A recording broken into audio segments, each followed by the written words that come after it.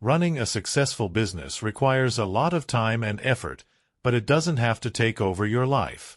In Buy Back Your Time, Dan Martell argues that you can run a profitable business and make time for the things you love without having to work yourself to the bone. You must simply buy back your time. Hire others to take over some of your work, and then invest your reclaimed time in activities that replenish your energy and advance your business. Martell shares practical strategies for managing your time better, including how to identify the value of a task, improve the efficiency of your company, and create optimized schedules that help you achieve your personal and professional goals.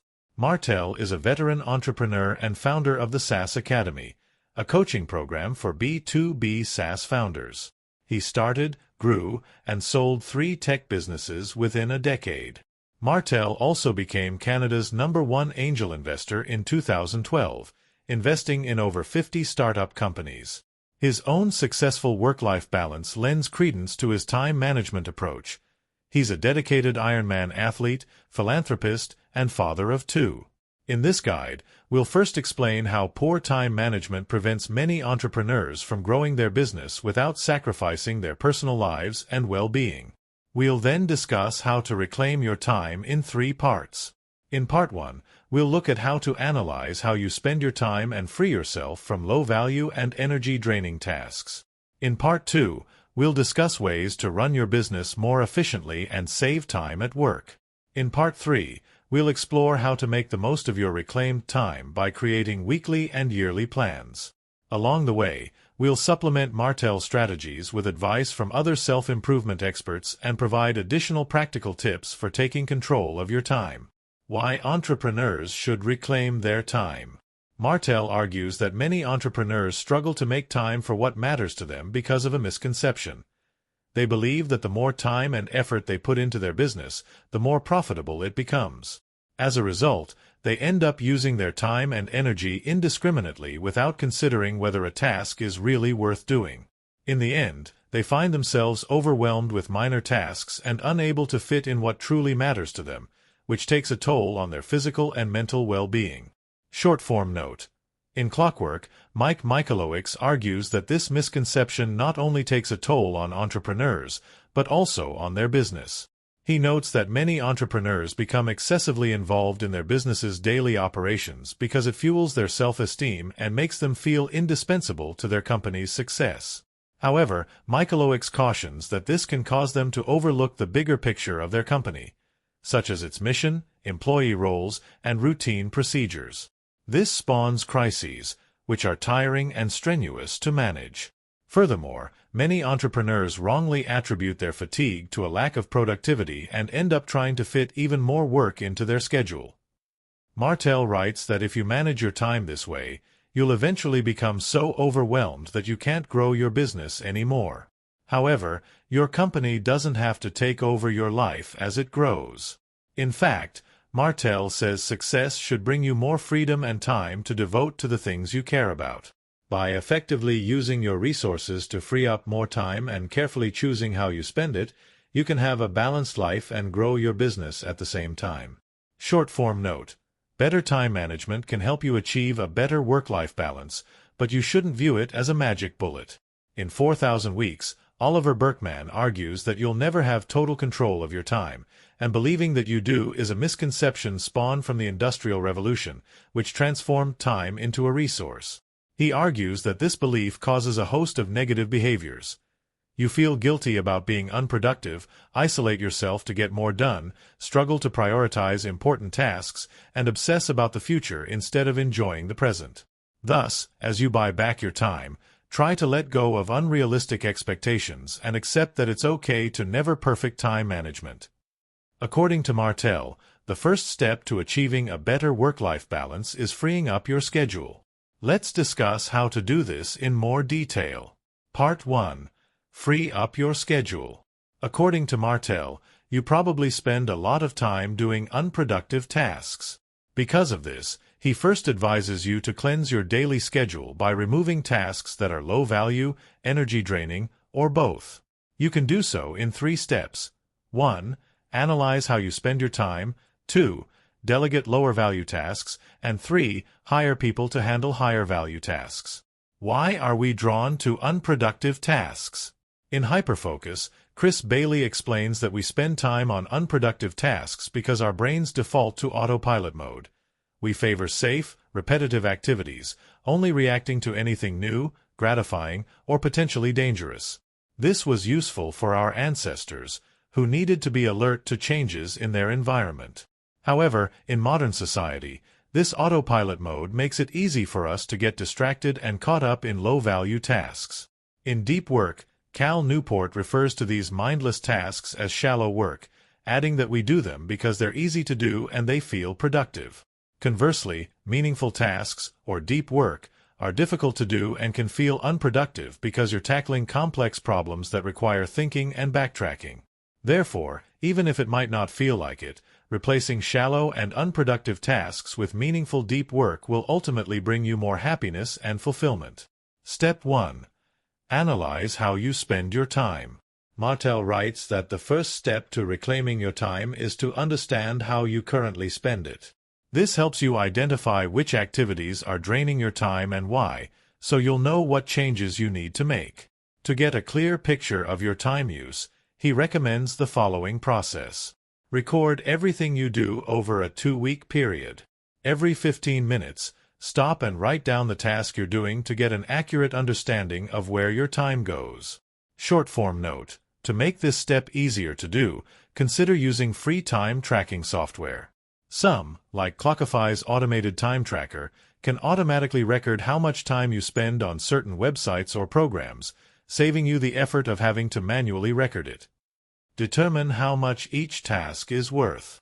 Martell recommends you figure out how valuable tasks are by labeling them with $1 to $4 signs. You can decide what each dollar value stands for. For example, $1 sign might signify tasks worth $20 an hour, while $4 signs might signify tasks worth $100 or more an hour. By scoring each task based on its value, you'll learn which ones to prioritize. Short-form note: assessing the value of each of your tasks prevents you from getting distracted by urgent but ultimately unimportant tasks. In Awaken the Giant Within, Tony Robbins says we often prioritize urgent tasks because they're time-sensitive, which pressures us into feeling like we need to do them before other tasks, even if they're not truly important or can be delegated or rescheduled. James Clear, author of Atomic Habits, offers an alternative method to determining the value of tasks. Determine how much 1 hour of your time is worth, and measure that against the time a task would take and its expected reward. Reflect on how each task affects your energy. Identify whether a task replenishes or drains your energy by highlighting each task in a different color. For example, handling technical difficulties at your work might drain your energy, while participating in a professional seminar might replenish it. Organize activities into one of 4 groups based on how valuable and energizing they are. Group A: energizing tasks that have high financial value. For example, brainstorming new business ideas or meeting with potential investors or clients. Group B: energizing tasks that have low financial value. For example, practicing personal hobbies or attending social events.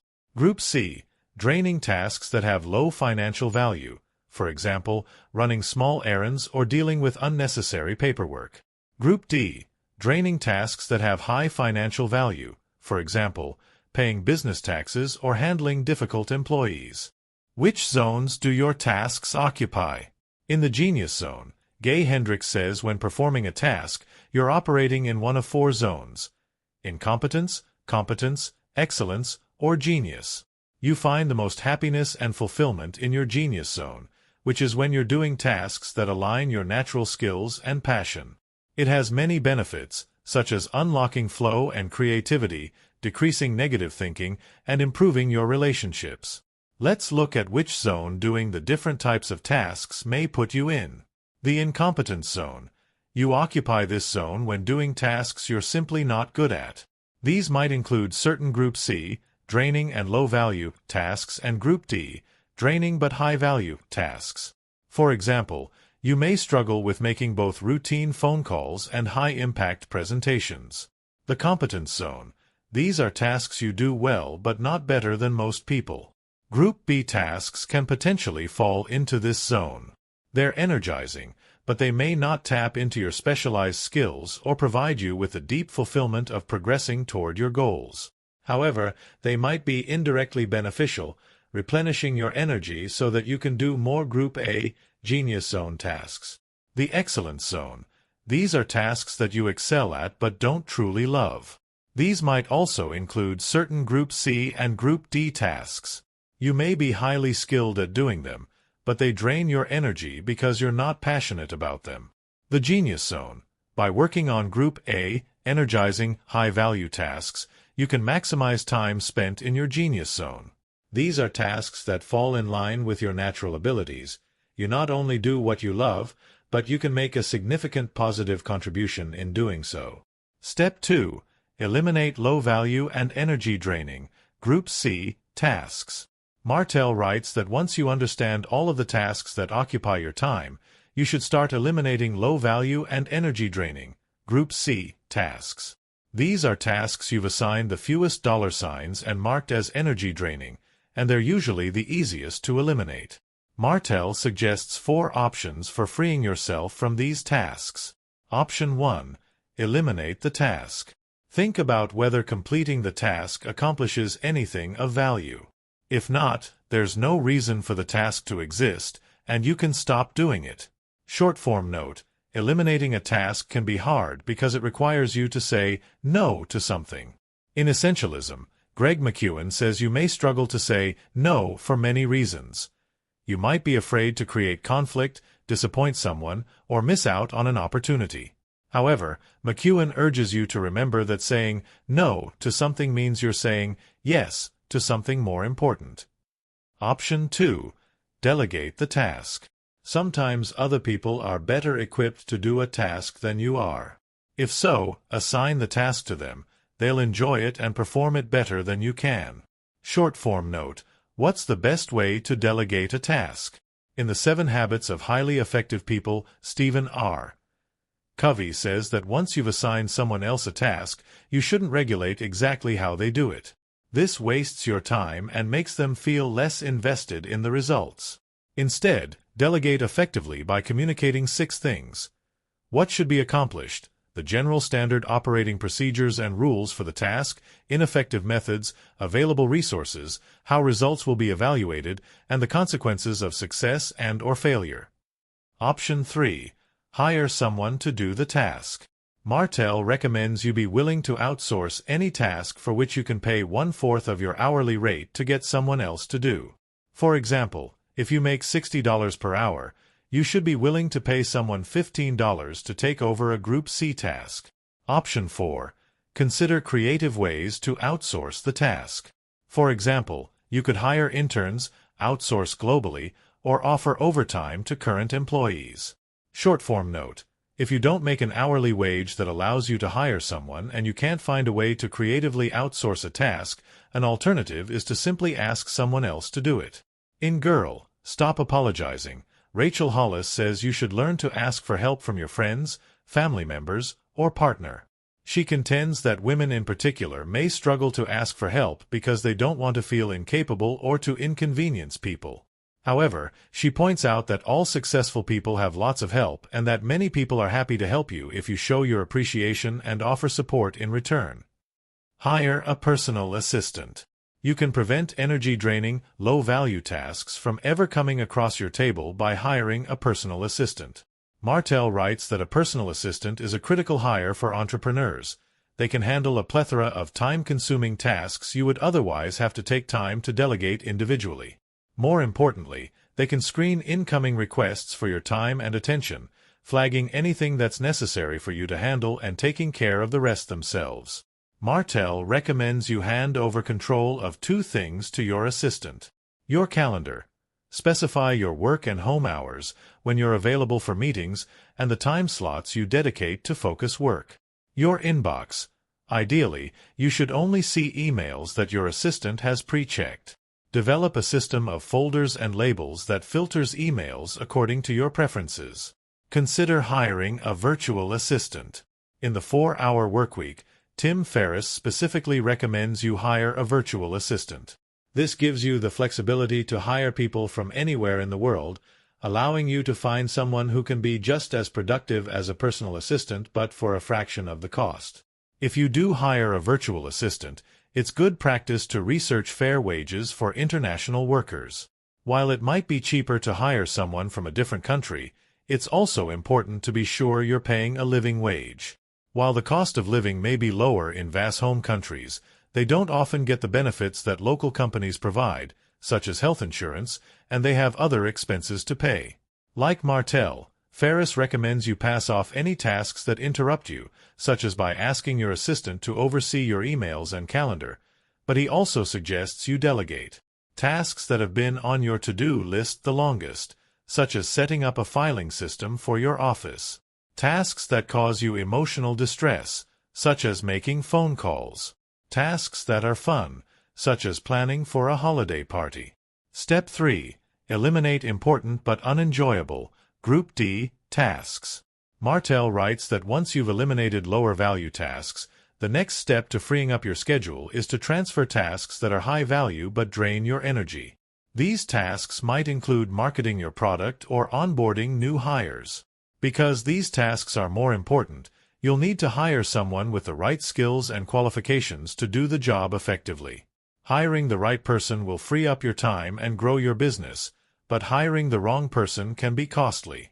So how do you ensure you find the right person for the job? Short-form note. Research suggests that the average cost of a bad hire is 30% of their annual salary, but it can be even higher, ranging from $240,000 to $850,000 per employee. Not only are bad hires costly, but they also damage your company's productivity, reputation, and culture, which makes it imperative to hire well. First, Martell recommends you define the specific requirements and responsibilities of the position. This way, you can hire people who excel at the core tasks of the position and avoid getting distracted and hiring someone who has other appealing but less relevant qualities. Short-form note. In first, break all the rules. Gallup Press recommends you think about your past and present employees when determining the requirements and responsibilities of any new position. This allows you to clearly define the talents that make a candidate ideal for the role. Think about the qualities of your best employee in that role or in a similar one, then use those qualities to guide you when writing the job description. Next, look for candidates who have the skills and traits you're looking for. Martell suggests you have candidates upload a short video answering several basic questions. This can help reveal their personalities, communication skills, and ability to follow directions.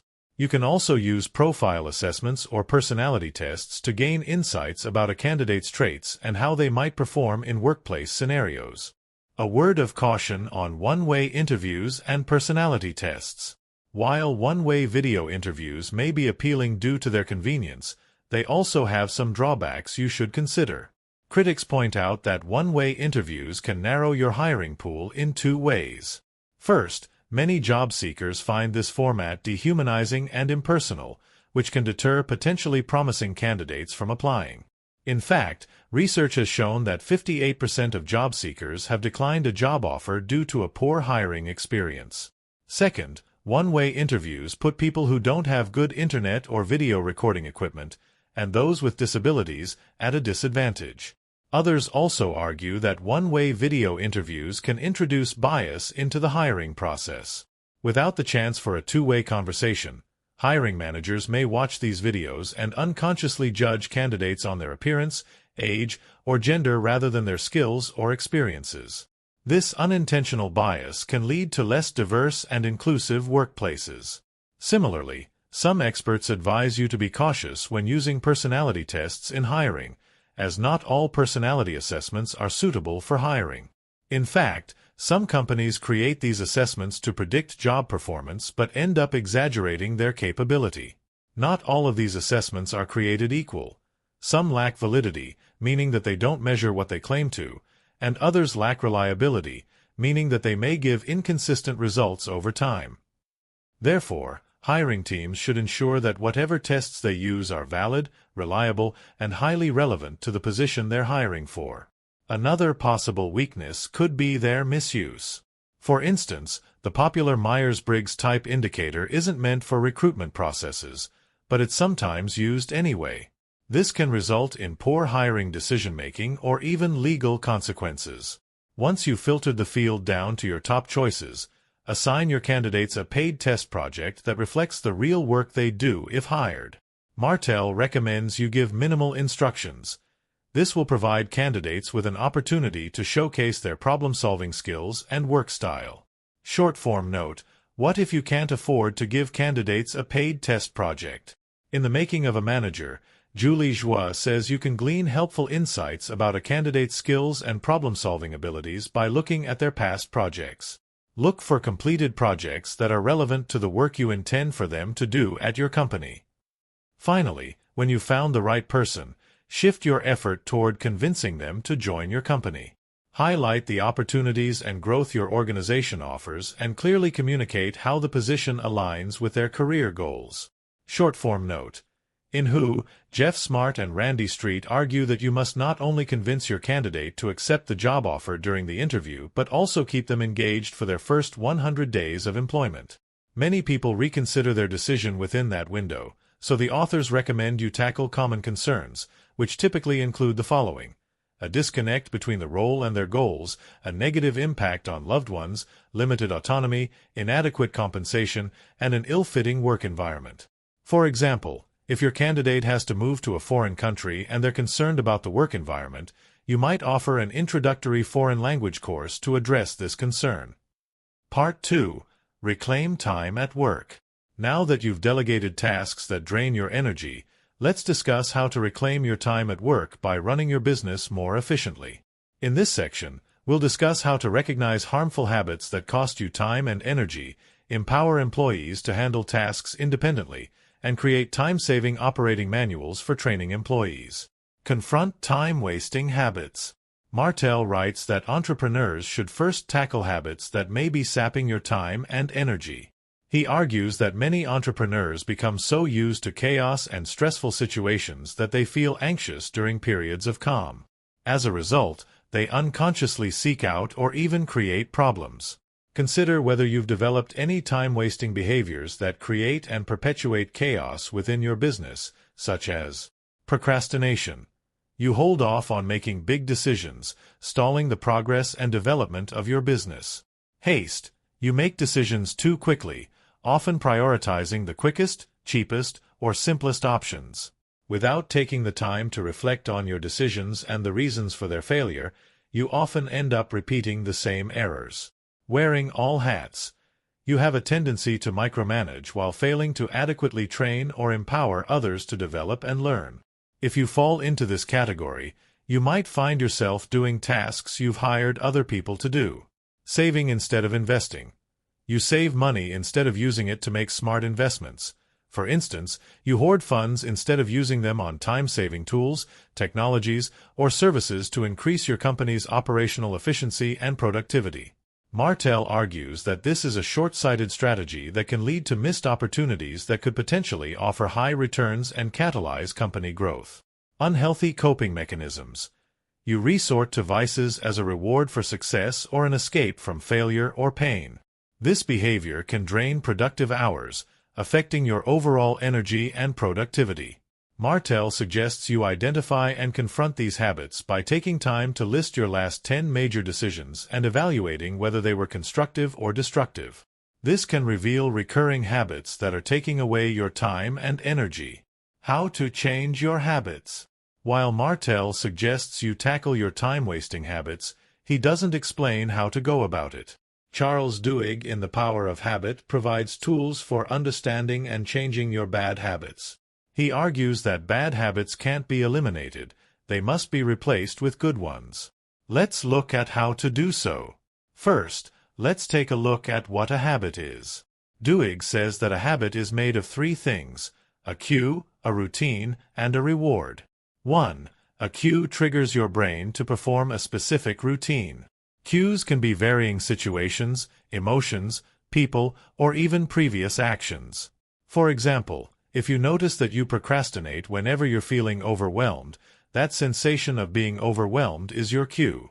2. You perform the routine, the physical, mental, or emotional sequence of automatic behavior associated with the cue. For example, when you get overwhelmed, you may avoid the task and distract yourself with video games. 3. After doing the routine, you experience a reward that signals the end of your habit.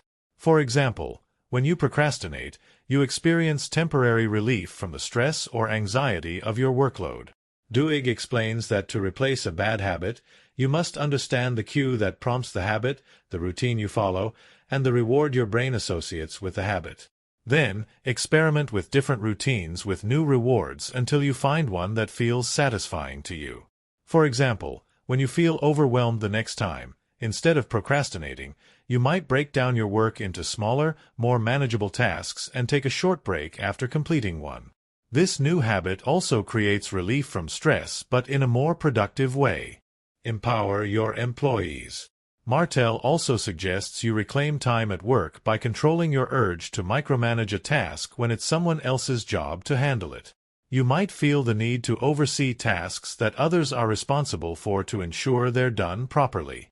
However, Martell argues that this behavior takes your time away from more valuable tasks.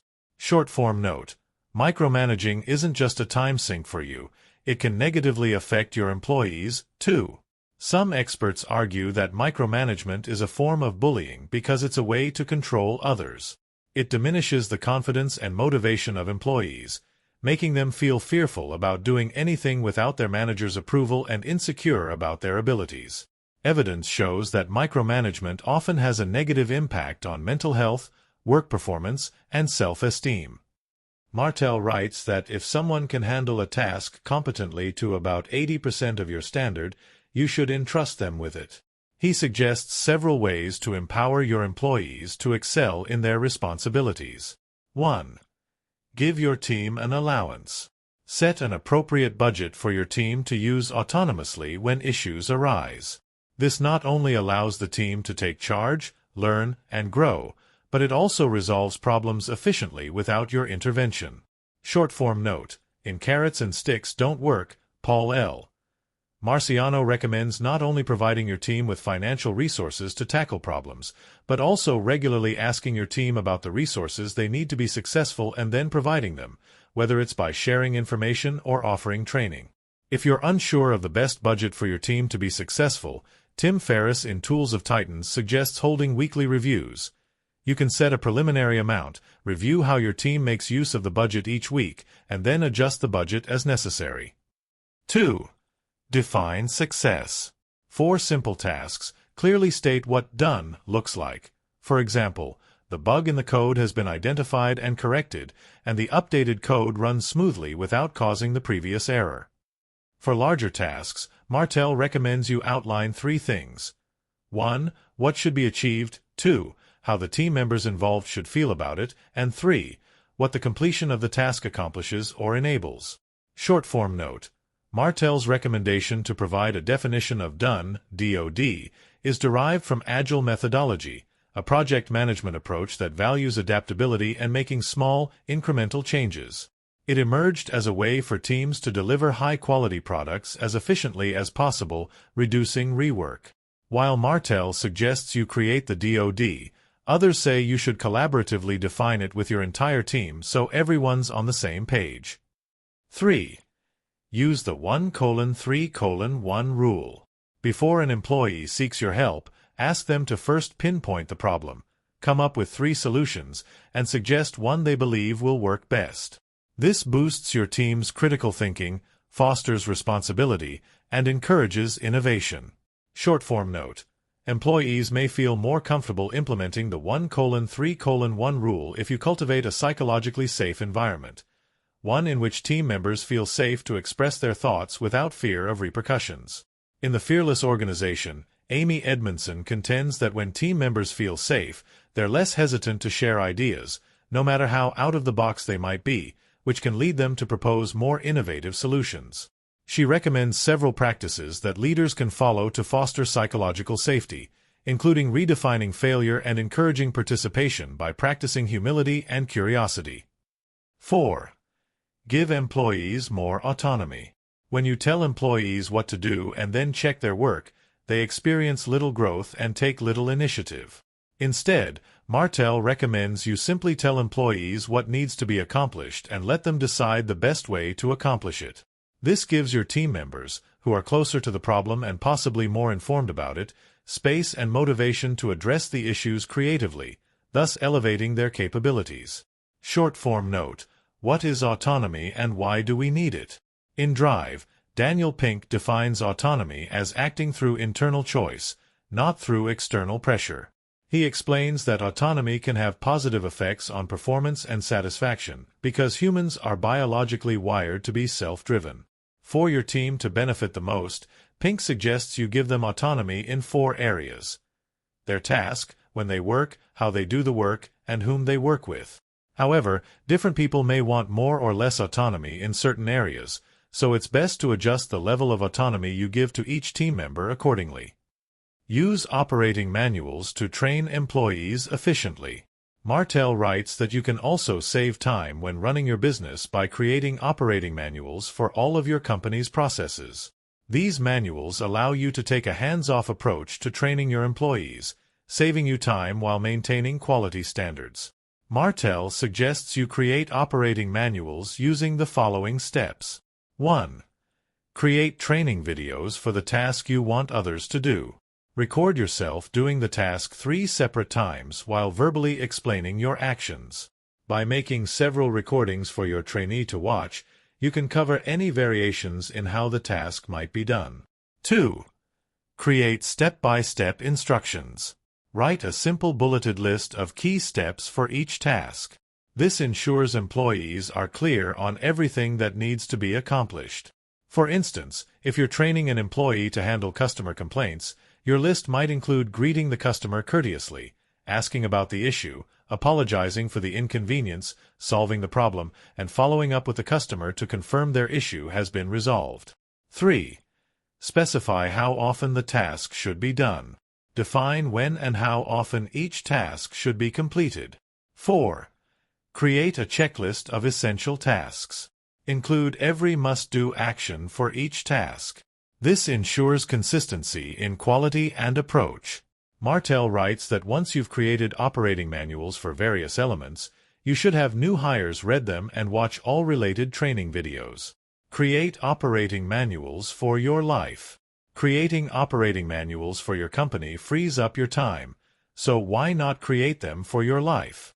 In Getting Things Done, David Allen recommends a work-life management system he created to manage your tasks efficiently and relieve mental clutter. Let's look at how you can take the principles of the GTD system and apply them to your everyday life, just as you would with an operating manual for your company. First, both Allen's GTD and Martell's method highlight the value of recording every task. Allen suggests you capture everything. Put every task and idea onto an external management system, one that's outside your memory. Use various containers to put your captured ideas into, such as paper notebooks, emails, or digital/audio note-taking systems or apps. Allen also recommends breaking down the steps to accomplishing a task. Determine everything that needs to happen for a task to be successful, sort those elements into priorities and sequences, and then add in necessary details. However, he suggests you more importantly identify all next actions for tasks that are possible to pursue now. For example, if an item says, clean the garage, but there's an old refrigerator taking up space that you want to offer to a friend, your next action is to ask your friend if they want the appliance. Finally, both Allen and Martell recommend making checklists to declutter your mind. In the Checklist Manifesto, Atul Gawande provides some tips for creating an effective checklist. First, clearly define when the checklist should be consulted. Then decide whether the checklist should be used after people perform the job to make sure all items are completed, or while they work, checking off each task as they go. Gawande suggests you make the checklist 9 items or fewer, since long checklists run the risk of people skipping or missing steps. Once you've created a checklist, test it by having people apply it in the real world and provide feedback. Part 3. Optimize your time with schedules. Once you've reclaimed time by freeing your schedule and making your business more efficient, the final step is to use your reclaimed time on high-value activities you excel at and feel energized doing. To do so, Martell recommends you create a weekly and yearly schedule. He argues that creating schedules ensures you have time for the most important things in your life. When you have everything important pre-scheduled, he adds, you can more easily agree to new opportunities and spontaneous activities. Create a weekly schedule. Martell suggests you create a weekly schedule designed to optimize your productivity. A weekly schedule allows you to remove time-wasting gaps in your schedule. Allocate tasks according to your fluctuating energy levels throughout the day. Avoid spending more time than you wanted on a single task. Discover opportunities to accomplish more than one thing, like listening to a podcast while driving. Short-form note: while weekly schedules can help streamline your day, you might not want to eradicate all of your gap time or constantly strive to accomplish multiple things at once. In High-Performance Habits, Brendan Burchard says breaks are important for being able to focus and think clearly. He recommends you take 5 to 10-minute breaks every hour. Set a timer and get up to move around when it goes off. This refreshes your mind and body, making you more productive than if you'd worked straight through your day jumping from task to task. To make a weekly schedule, Martell suggests you 1. Schedule your most important tasks, both work-related and personal. Research suggests that people perform better on tasks they enjoy, so the most productive way to spend your time is by doing high-value and energizing, Group A, tasks. However, you should also leave room for lower-value but still energizing, Group B, tasks, like hobbies or social activities, because they recharge your energy. Short-form note: some experts advise against scheduling your leisure activities, with one study finding that you enjoy planned leisure activities less than spontaneous ones. This is because your brain views all scheduled activities similarly, as work to be crossed off a to-do list. To make time for leisure activities without dampening your enjoyment of them, other experts recommend loosely planning them. For instance, instead of assigning a specific time block for doing your hobby, you could just plan to do it in the evenings after dinner. 2. Arrange your tasks based on when you're most productive. For example, do tasks that require the most concentration when you have the best energy and focus. Short-form note: in When, Daniel Pink explains that most people experience a predictable pattern of mood and energy throughout the day. They peak at the beginning of the day, feeling the happiest and most alert, experience a slump in the middle of the day, and then recover near the day's end.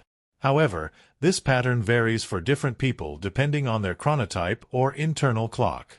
Some people hit their crest in the morning, while others are most alert at night. You can take a chronotype quiz to determine which type you are. 3. Group similar tasks. For example, if you're a writer, it might be more efficient to edit all of your work in one go. This eliminates the time spent transitioning between tasks. Your mind is already in the right mode for the task, allowing you to accomplish it faster and to a higher standard. Short-form note: task batching is effective because it reduces multitasking, which many experts argue is ineffective. It not only takes time to switch to a different type of task, but also energy. Therefore, research suggests that task batching decreases burnout while promoting deep focus. However, be sure to schedule more mentally challenging tasks when you're at your energy peak to be more effective. Create your annual plan. Martell writes that to make the most of your time and achieve your life goals, you should define what you want in life and design an annual plan to help you achieve it. An annual plan allows you to plot the best path toward your dream life. First, Martell recommends you visualize your dream life in as much detail as possible. Don't limit yourself to what you think is realistic. The bigger the dream, the more it'll inspire you and give you the push needed to achieve it. Martell suggests you outline 3 specific areas of your dream life. People. Who are the most important people working with you and supporting you in reaching your dream? Professional. What's the one business you're devoting yourself to? According to Martell, the most successful entrepreneurs focus all their energy on one business first. Once you're clear on that, you can imagine ways of expanding your business, whether you're introducing new products or tapping into new markets. Lifestyle. What does your home and personal life look like? What hobbies or community activities are you involved in? Short-form note: if you're struggling to visualize your dream life through imagination alone, creating a vision board can help. Rhonda Byrne explains how to create one in The Secret. Find a poster board and attach images that represent your dream life. You could even consider splitting your vision board into 3 sections to cover the areas Martell recommends you imagine. One for the people you want in your life, one for your business, and one for your personal life. Byrne suggests taking a moment to feel the experience of each picture as you put it on your vision board and to put your finished board where you can see it often. Next, break down your dream into actionable steps. Identify the milestones you'll need to reach on the way to your ultimate goal. Then jot down some key strategies for achieving each milestone. Martell recommends you rank each strategy based on how beneficial it would be, how easy it is to enact, and how confident you are that it'll succeed. For instance, if opening a successful restaurant is your dream, your milestones could involve professional training in restaurant management, gaining experience in a renowned restaurant, preparing a business plan, finding funding, and then finally launching your restaurant. Then, schedule your year. Begin by slotting in significant events and important strategies for achieving your goals. Martell also recommends grouping similar events. For instance, you might decide to spend a month attending networking events and industry luncheons. Don't forget to give yourself regular breaks so you can stay energetic and focused all year round. Lastly, add in everyday tasks such as personal obligations and recurring job duties. Create your dreamline. In the 4-Hour Workweek, Tim Ferriss provides additional tips for how to turn your dreams into an actionable timeline. He also recommends you make your dreams unrealistic for the reasons Martell does, adding that such dreams have less competition than smaller dreams, which the majority of people pursue because they seem more achievable. Let's look at Ferriss's steps for planning your dream life and how they compare to Martell's. First, Ferriss says you must get clear about what your dream is. Instead of visualizing 3 areas of life, he recommends you create a list of 5 things you want to have, 5 things you want to be, and 5 things you want to do within 12 months.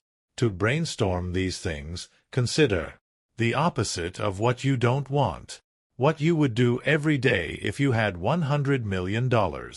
What would make you excited to wake up every morning? A place to visit, a bucket list item, something you want to learn, or something you want to do regularly. Second, choose your 4 most exciting and important dreams. Do some math to determine the monthly costs of each and the necessary income to fund them, a step Martell doesn't discuss. Ferriss provides a calculator on his website for doing so. Third, Ferriss recommends you identify the first 3 steps for each of your 4 dreams rather than all of the steps to achieve your goals. These should be doable in less than 5 minutes and clearly defined. Ferriss recommends you do the first step right now. Otherwise, you'll delay it and potentially never get to it. Take the second step tomorrow and the third the day after. To make sure you can successfully carry out your annual plan, consider the time, money, and energy that each event will demand. If you're not confident that your plan will make your year fantastic, edit it some more. Once you've created your plan, stay committed to it but leave room for unexpected opportunities.